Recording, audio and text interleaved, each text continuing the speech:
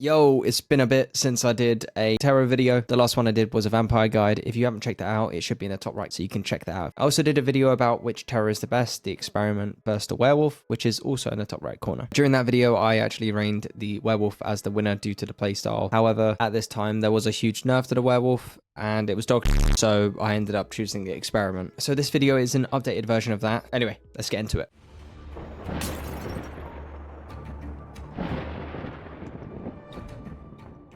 So for new players coming into Deceit 2 and you have no idea what a terror is, or you just got unlucky that every time you get infected, this happens.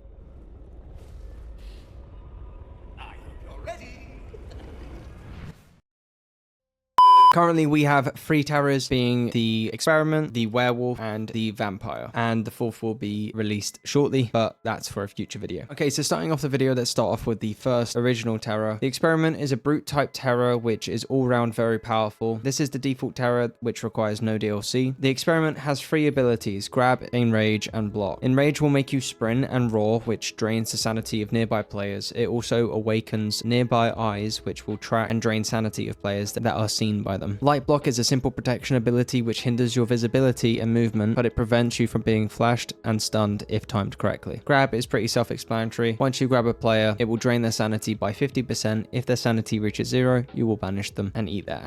If they have enough sanity to struggle off of you, you will be stunned for a second and they can escape, and then your chase continues. If you are sprinting and decide to block, this will cancel your Enrage and begin a cooldown. Enrage is the only ability with a cooldown. Enrage is extremely powerful, however it does have some negatives, which is the mobility. It's difficult to turn corners sharply or even turn around. Aside from the abilities, I mentioned the Experiment is a brute type. This means when it comes to destroying walls or cracks, the Experiment does this way quicker than every other terror. The other passive is the Sanity Eyes, which are very powerful and cover the majority of the map. When players are caught by their gaze, their sanity drops rapidly, and it also reveals their location to the terrors. There are places to hide from them, but being chased by a terror and their gaze is not a fun time. Let's move on to the Werewolf. The Werewolf is part of the first DLC pack, which includes the cursed chemist role and the ball and chain item. This terror also comes with 3 abilities: Leap, Sprint, and Howl. Leap is a simple lunge like the Experiment's grab, however it can propel you very far, and anyone in your frontal radius will automatically be grabbed if you are close to them. Once again, it drains pretty much the same 50% sanity. If it reaches 0, you kill them. If not, they will kick you off. Sprint is self-explanatory, however it does take some time to get used to. Unlike the Experiment, you do not run at full speed off the rip. It takes a small amount of time to reach full speed, but once you are there, you're the fastest terror. The negative to Sprint is that your visibility to human auras are removed, so make sure to stop here and there to make sure you can reveal their location, otherwise you're just going to be running in the dark. Howl is similar to Enrage, but different in its own ways. It releases a howl, causing you to stand still for a few seconds for the animation to complete, which disorientates and drains sanity of nearby players. It also awakens a pack of wolves that roam the map, which once they see a player, they howl and reveal their location, also draining their sanity. The pack of wolves is part of the passive, like the eyes for the Experiment. The main difference is that they can roam and find players in hidden areas. The other passive would be that the werewolf can vault over objects like humans, so they are not required to break walls as much as the Experiment, as they can vault over things. You can also use your leap ability to project yourself into a window and automatically climb through it too. Now, last but not least, the Vampire. The Vampire is the newest terror introduced in Season 3 of Deceit 2. The Vampire is an agile but very sensitive to light terror. The Vampire, like the other terrors, has an arsenal of 3 abilities: Bite, Bat, and Blink. Bite is just like the grab/leap ability, takes around 50% sanity, and if they hit 0, they are banished. However, there is a slight twist to this. If you bite someone and they have enough sanity to escape, you will respawn somewhere else. This can be a bit of a double-edged sword for players, because sometimes you may respawn exactly where they're running to, and you can catch them off guard, and it's pretty much a win. Bat is the track ability for the Vampire. It cycles through players that are alive, and when you press your secondary ability, it will lock onto them and release a bat to hunt that player down. Once finding that player, it will bite them, taking a small part of their sanity and reveal their location to you. However, it is not as broad as Enrage or Howl. No, this tracking is specified for one player only, not the whole lobby. The tracking is essentially an eye or a wolf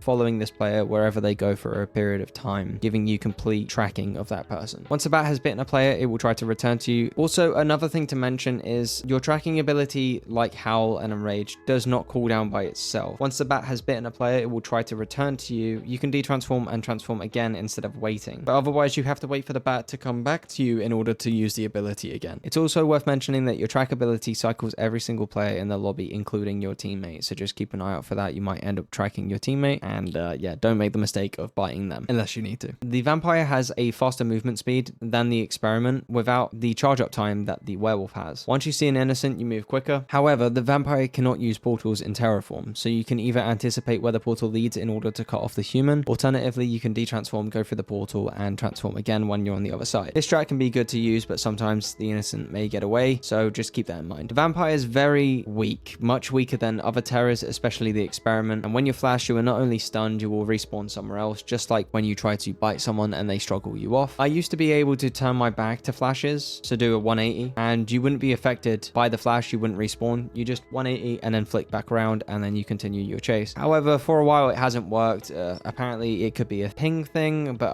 I'm really not sure. I do think that if it is a bug, it needs to be fixed because it's really tedious. Even when your back is turned, you still get stunned and respawned. As an alternative to countering flashes, you can also blink beyond their flash if timed correctly to avoid being stunned and respawned. The vampire cannot destroy any environment like wall cracks, walls. This is why blink is so crucial. The vampire does not make sounds when moving besides the eerie music that plays, and it increases as it gets closer to you. So now that we've spoken about terrors and their abilities, let's talk about the pros and the cons of them. It's a strong boy. The experiment can break walls, cracks, way faster than the werewolf. There's no animation when it comes to enraging. You can just start sprinting straight away. The experiment is the most durable terror to date when it comes to light sources like torches, and it also has a block ability to defend itself, which is unique and no other terror has a defense mechanism. Whilst enraged, your movement is wide and can be easily evaded as a human. In some regards, instead of running away from the experiment, run through them. Just run straight towards them and round them. It's difficult for them to turn and you'll get a head start. Obviously, if they're spamming grab, there is a chance that it might get you, so obviously use at your own risk. Sanity eyes are limited to parts of the map, allowing players to hide during the in-between without an issue, for example, the elevator on Asylum. Lack of movement. The experiment can't vault and is forced to break a wall or rotate, and on top of that, it is the slowest experiment to date. I do feel like the sprint got a slight nerf. I believe before we could sprint for a lot longer, and I think since then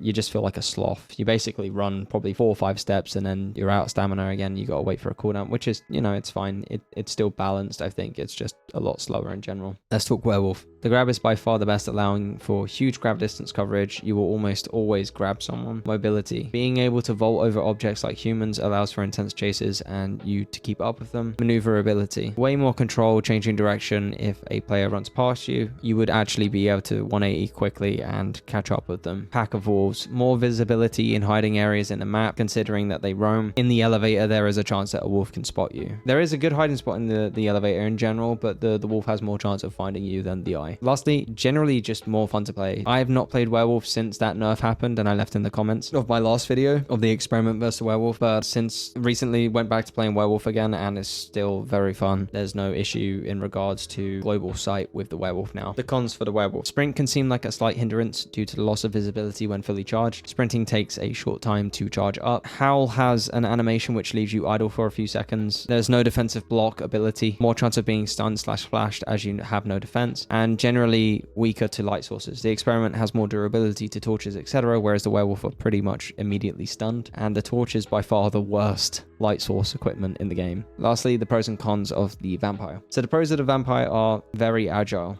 extremely quick, in between the speed of the werewolf and the experiment, but with no wind up time. There's no loss of visibility when you're at max speed. Incredibly unique. The tracking ability is solid once it works, allowing you to track a specific target. For example, let's say that you needed to get rid of the warden because you know that they've marked you or they've marked your teammate and you know exactly who the warden is, or you want to kill the seer, etc. You can find that person wherever they're hiding as long as the bat gets them, which is pretty solid the majority of the time. We'll talk about that in the cons. The vampire by far has the highest skill ceiling due to the idea that you have so much risk of chasing someone. You can easily be flashed, respawned on the other side of the map, and it becomes very difficult for you to actually banish anyone, especially in endgame. The vampire is by far the most creative and out of the box thinking. With blink, you can do some really crazy plays with this vertical play. You can not only look up to ledges and teleport on top of those, you can also be beneath a ceiling and teleport to the second level. in certain areas. Or for example, on Asylum, you can use the stairs from washing room and teleport directly into bathroom. It's just, you can make so many cuts and turns and catch your prey by surprise, and it's really, really powerful. The cons of the vampire: the tracking ability can be bugged sometimes, the bat getting caught on things, or it simply giving up. I've seen, for example, if you use the bat and the player is being chased by your bat and they keep using portals and it can never catch up to them, the bat just ends up giving up and it comes back to you, and it takes so long to get back to you sometimes that the cooldown is triple the time that it would take for you to just howl or use enrage. So in that regard, the bat can be a little bit gimmicky. When it does work, it works very well and you can really pick off your prey, but it's sometimes a hit or miss. You also need to consider the fact that your bat is vulnerable, and if a human decides to flash your bat or use a torch, etc., any light source equipment towards your bat, it will interrupt the tracking and the bat will automatically just come back to you. If the player knows this can be a huge annoyance because you feel like your bat is just doing nothing and it's bugged. That might be the case that they've actually just flashed your bat. As mentioned before, the regeneration of your tracking is long due to the bat needing to return to you, also potentially getting caught or bugged. Weak as if you don't like respawning 20 times, this ain't for you. Believe me, in endgame, when they're waiting for the door to open and they have their cameras ready and they have their light traps, flares, etc., there's pretty much nothing you can do. And we're going to touch on what I think the vampire should be used for in just a minute. The vampire is heavily reliant on a teammate. By no means, and depending on your lobby, by no means I don't think the vampire is a good solo at all. I don't think it can handle itself if they have too many cameras on you. If people are playing to actually play as a team and you're getting flashed left, right, and center, there's just nothing you can do. Anyway, now that we've spoken about all terrors, let's talk about which is best. In all truth, they're all good in their own ways. If you pick Experiment, you are able to break escape routes and rotations a lot quicker. You have the aid of eyes and more durability to light sources. On the other hand, the werewolf has more freedom around the map, like vaulting, maneuverability. You can argue that the werewolf could be slightly better due to the pack of wolves over the eyes, due to them being able to roam, and that it can vault. But the Experiment is well-rounded and can be defensive to light sources. Then you have the vampire being able to track when it works, teleport from beneath you, taking you by surprise, etc. It's preference at the end of the day. There may be situations and niches where a vampire or a werewolf or an Experiment may be able to do something slightly better, but by no means does that mean that based on what terror you're using, that's what's going to win you the game. It's just how you play, and ultimately the best way to improve is just by playing. Considering that they've added in the new blessing system, you can now try out the DLC packs without needing to actually purchase them if you wanted to, and you can get a feel for what kind of playstyle you like. Personally, I like all of them. I like vampire for being sneaky, I like werewolf for hunting you the f down, and I like Experiment for being a badass. In my opinion, due to the fix for the werewolf, I still reign it as champion. The reason for this is that it's consistent in its ability to track, it's agile and has solid maneuverability. Secondly, you get the best of both worlds. You have the pack of wolves to roam, but you also have the sanity eye mutation to activate the eyes. So you get essentially Enrage's ability, besides, you know, sprinting, but again, I'm faster than you anyway, so who cares? And you get the eyes on the walls for one in between pretty much, which is great. Save that till endgame, you're sweet. For second place, due to being all round and just a solid pick, the Experiment. This is because these two terrors do not heavily rely on a teammate, and if you've ever been a solo vampire, it is very difficult to win a game due to the respawning, and the vampire comes in third as a support, but if played well, can be amazing. It's hard to say generally that this terror is viable solo, depending on your lobby. I do believe that the vampire has the highest skill ceiling, and I think that if you play this a lot and you get good with it, and if that's not a bug when you turn around and you don't get flashed, all of these things, mastering those things, the vampire can be a very viable pick. It's just when it comes to endgame in general, it's the respawn, because if you're coming to hunt down, let's say 3-4 players that have light traps, cameras, etc., it's going to be hard for any terrorist. The werewolf is going to be hard for the Experiment, and it's going to be hard for the vampire. The only difference is